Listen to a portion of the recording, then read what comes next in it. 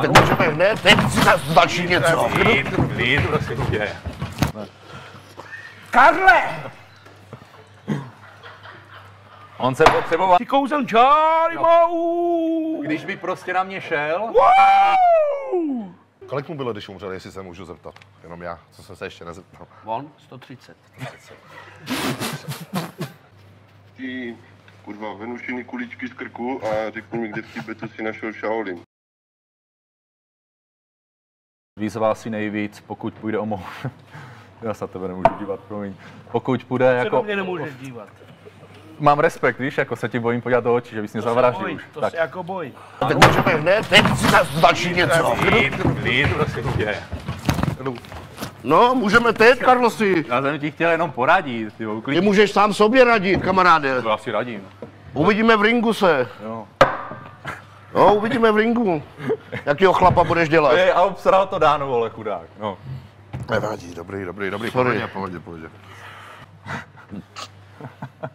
Ne, vy se asi Se mi směješ, Karlo. společně moc nepotkáváte. Se mi vysmíváš? Ne.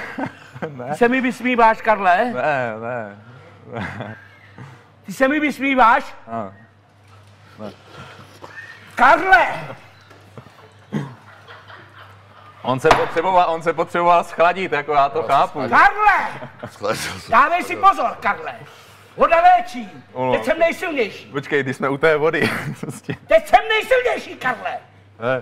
Víš, že... Víš u vody, jaký má bod váhu? Ale nedošli k tomu.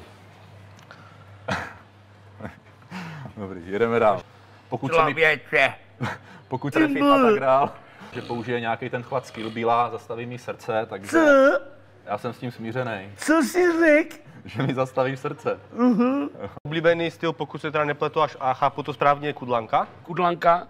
Jaký jiný styl ještě se dá použít? Opilá opice, to je 37. komnata. A 37. komnata a to proti něj použiju. Tolik co ztratit? Teďka Fortuna prodělá.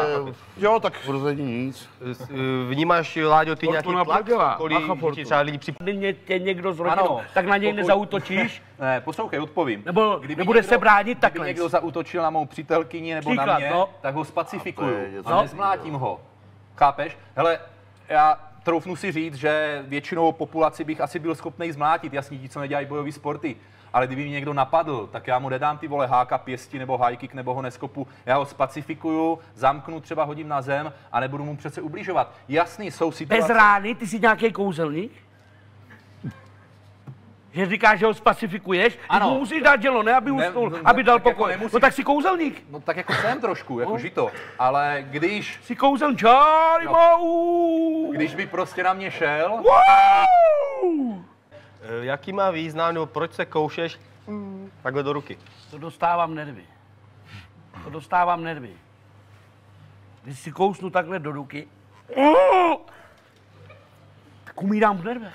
Umírám normálně v nervech. A to ti pomáhá jako z těch nervů se dostat, nebo ještě zvýšit ty nervy, nebo jako... To mě jako trošku přejde. Jo. Přejde mi to. Ale dneska ses nekousnul ještě, pokud se nepletu. Ale za chvíli asi Polil si se kousnu vodou, na ale Karlose. polil se vodou. Ale polil jsem se vodou. To mě uklidnilo. Dobře. Jak se jmenoval tvůj trenér nebo mistr v klášteru Shaolin? Honza. Mistr Chan. Čeký? Mistr Chan. Mistr Chan. A to byl Tibeťan nebo Tibeťan to byl. Tibeťan? Tibeťan. A jste stále v kontaktu? Má on tam vůbec nějakou možnost kontaktu? Dej mu Bůh lehkou zem, on už tady není. On byl jakoby starší člověk, no už. Kolik mu bylo, když umřel, jestli se můžu zeptat? Jenom já, co jsem se ještě nezeptal. On 130. No já nevím proč, ale já jsem to čekal, vole, prostě. Ve 130 lety podlehnul a umřel. Zemřel stářím tak mladý. Já mám otázku na kudlanku. Samá kudlenka.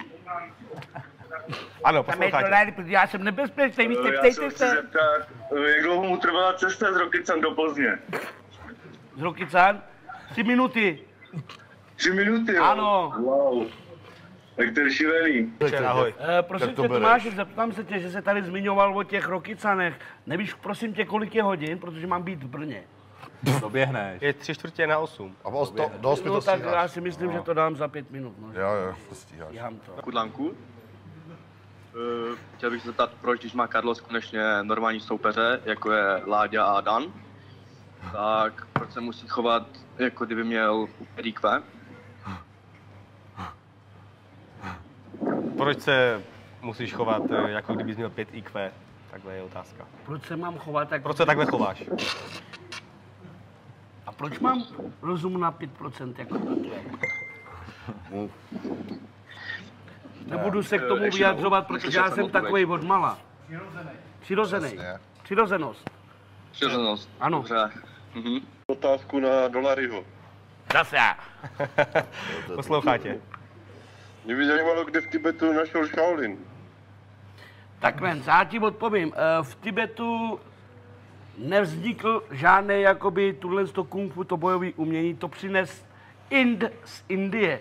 Jestli máš tam někde, bratře, Wikipedii, dej internet, tak si to dej na Google a tam ti to... Ty, kurva, venušiny kuličky z krku a řekni mi, kde v Tibetu si našel Shaolin. Jedno je na západě, druhé na východě. Nerozumím teďka. Dej si ty venušiny kuličky z krku a řekni mi, kde v Tibetu si našel To Shaolin. je jedna prosím. věc na Na vážení. východě. Na východě. Ano. Ale tam není Tibet a Shaolin je jinde. Jo, fakt. To je vidět, že jsi tam nebyl, no. Ne, když tam ty nebyl Tibet a Shaolin leží někde jinde. Tak se tam běž podívat a uvidíš, kde najdeš to.